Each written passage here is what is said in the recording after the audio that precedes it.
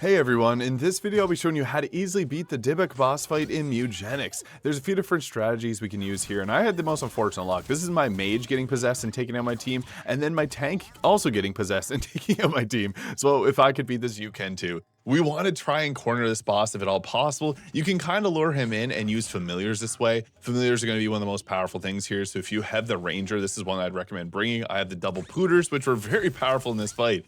Now, I also have the tower defense feat on my ranger here, and this was a big source of damage, as you can see. Every time that this moves, I'm taking a pot shot at it, doing 1 or 2 damage, which isn't a lot, but it does add up over the course of battle because this thing is going to be moving around a lot. Now, we want to try and corner it in an area if at all possible. It will try to jump away and run away too, but it'll also summon in these wisps. We do want to get rid of them, but we can use them to our advantage to be able to corner him.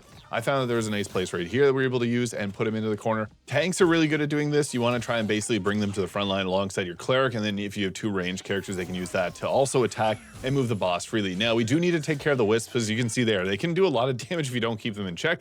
I'm summoning in my pooters there, which are really nice because they do a ranged attack. While it's not likely to hit, if you can get him stuck in one area, it will do a bit of damage. They're also good because they're going to try and hold him in place. So this area was a good spot. Unfortunately, I was having the worst luck with trying to get him to stay in place. So that was something I had to deal with there, but he can jump out. That's one thing to keep in mind. Now, another thing I'd recommend doing is if you have a bleed or poison or fire, he'll actually end up walking on fire quite a bit. So if you can leave a fire surface somewhere that's nearby where he's jumping around, you can do that and he'll jump into it a bunch of times and get burned really, really easily. So that is another thing I'd recommend. Now, you're going to see right here, my mage unfortunately had a feature where if it attacked someone and took it out a wisp, and then it starts attacking my team. It took out one of the pooters, and then it took out my tank, and then it weared down my cleric, who has 64 health, which is a lot. And he used a bunch of items. You can see there, it did 48 total damage, and then it got burned and died. That was the worst luck. So if I could beat this boss, you can too. This strategy works though. We want to try and keep him in the corner here, and sustain helps. The extra summons will be nice because every single time that we're able to get him to move, I'm getting a tiny little bit of damage here, but he will end up taking over a character once his health gets reduced all the way down to 0. And this is where it gets challenging.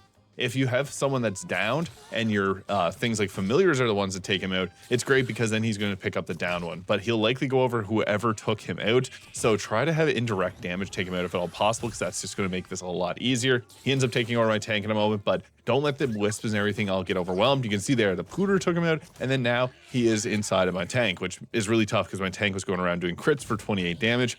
Luckily, my ranger was unhit throughout this entire battle and was the MVP, because he would have died in one hit with that 28, would have absolutely just destroyed my character. So you can see there, cleric went down and it was just a 1v1 to finish her off. And that's where the summons come in handy, because someone was getting destroyed there, and it was able to put out 10 damage itself. So I put out 2 more summons here, which is really nice, got 10 damage in, and that was enough to be able to kick the cat back out and then finish the job off there. So if this video is useful, please hit the subscribe button below, and you'll see the cat that made the biggest difference in this fight here, which was with the tower defense and the bullseye.